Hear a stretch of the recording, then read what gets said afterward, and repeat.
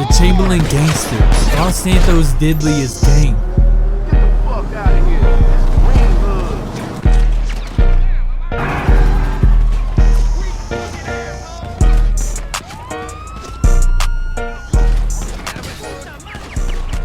The Chamberlain Gangster Families were formed possibly in the 1970s, since they are based on LA's biggest Crip gang, the A-Tray Gangster Crips.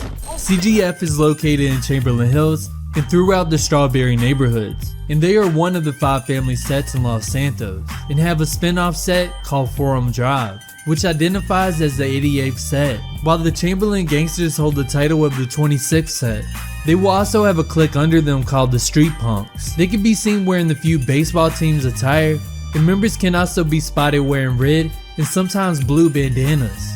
It is possible that they were one of the first sets that formed after the fall of the Grove Street families.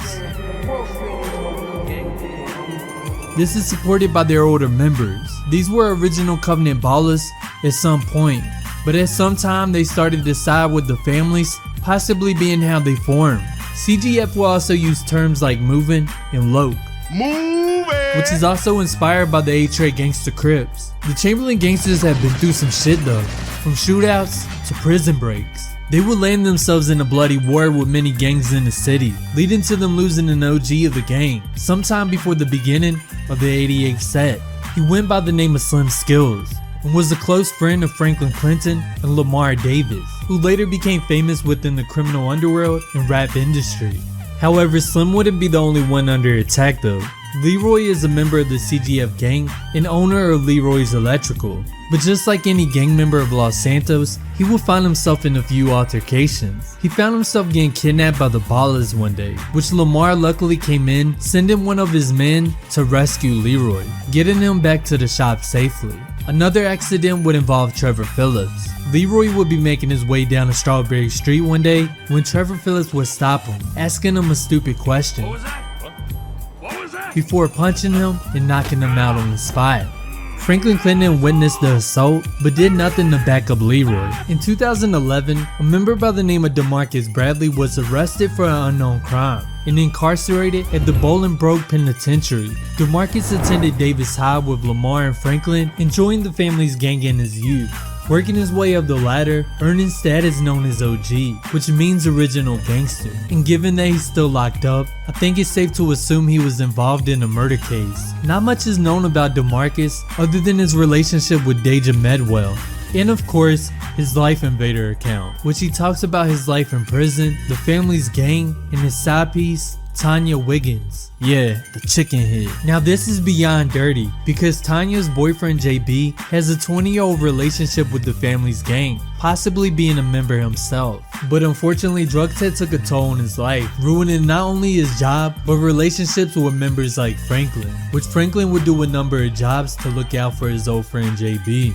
JB and Tanya would even claim that Franklin is related to JB, claiming to be his cousin, but this would be denied by Franklin. And according to Lamar, him and JB met when they participated in a 3-way.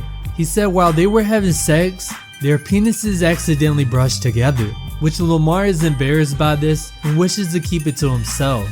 But JB decides to remind him about it every now and then on his Life Invader account. So while the Chamberlain Gangsters are known for having killers in their crew, they will also have a few lames sprinkled in. Tom Sampson is a perfect example of this, being placed in a Hall of Shame at a local tattoo parlor. According to them, he only goes to them to get cheap tattoos, straight clown in his pockets. But now for the ice cold killers of the gang to get their shine. In 2008, Franklin Clinton would be picked up on a murder charge of a local drug dealer named Marcus. Marcus used to work under the family's gang, answering to Franklin Clinton, which eventually led to them falling out, ending in Marcus losing his life. This was believed to be the first murder ever committed by Franklin. However, this wouldn't be the first major crime. During his youth, Franklin and Lamar would commit an armed robbery, getting away with only $2K. This wasn't much at the time, and they ended up losing it all over a dye pack that exploded in the bag, making the crime pointless and losing more than they gained.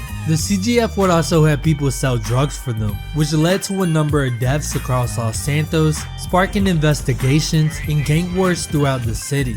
One of their top dealers being Gerald, an overweight man who kind of resembles the legend himself. Oh my Gerald joined the families prior to 2013. While living in an apartment in Chamberlain Hills, he would start selling drugs for the CGF, becoming a close associate and fellow gang member of Lamar Davis. At some point, he met a woman who later became his girlfriend and became fascinated with lowriders. Gerald earned his rank within the gang and planned attacks on the Lost MC, the Vagos, and the Metabonta Grande.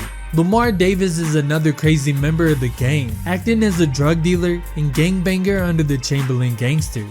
Lamar Davis is known for putting endless work in on the ballers, from drive-by shootings to walk-ups. Lamar was a wild card, but his reckless behavior got him and Franklin into trouble.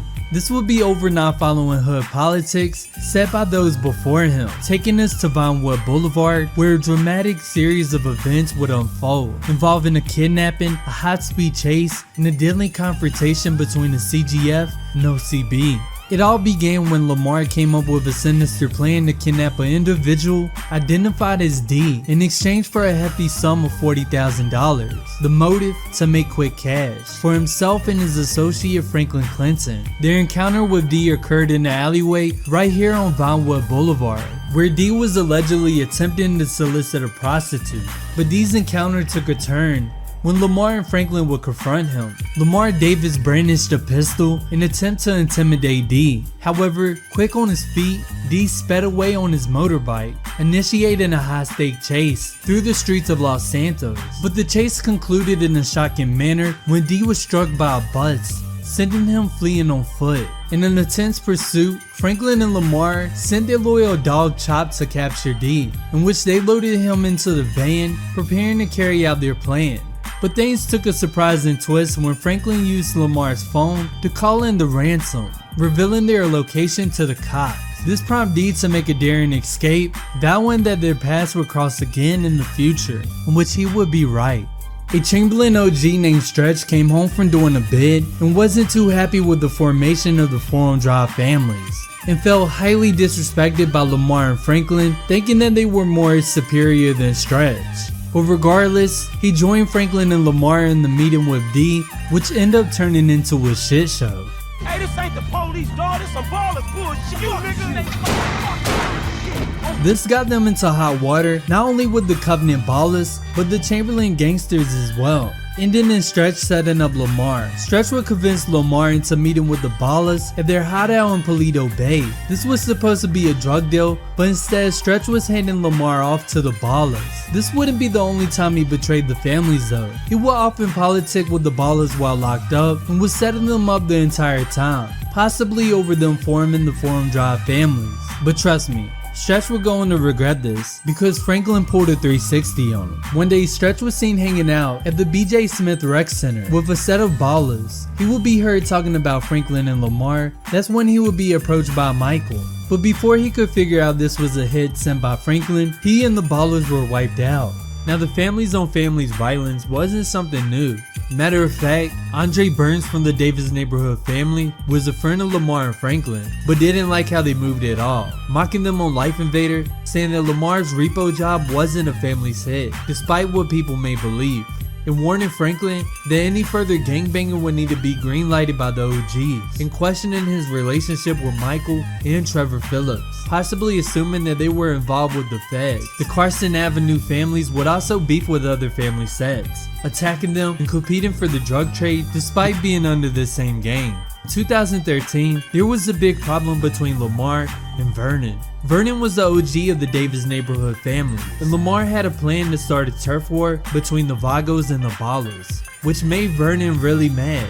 To make things better, Lamar hired some people, told them to give 2 fancy lowriders to the Korean gang. But things didn't go as planned. The Ballers showed up and messed everything up.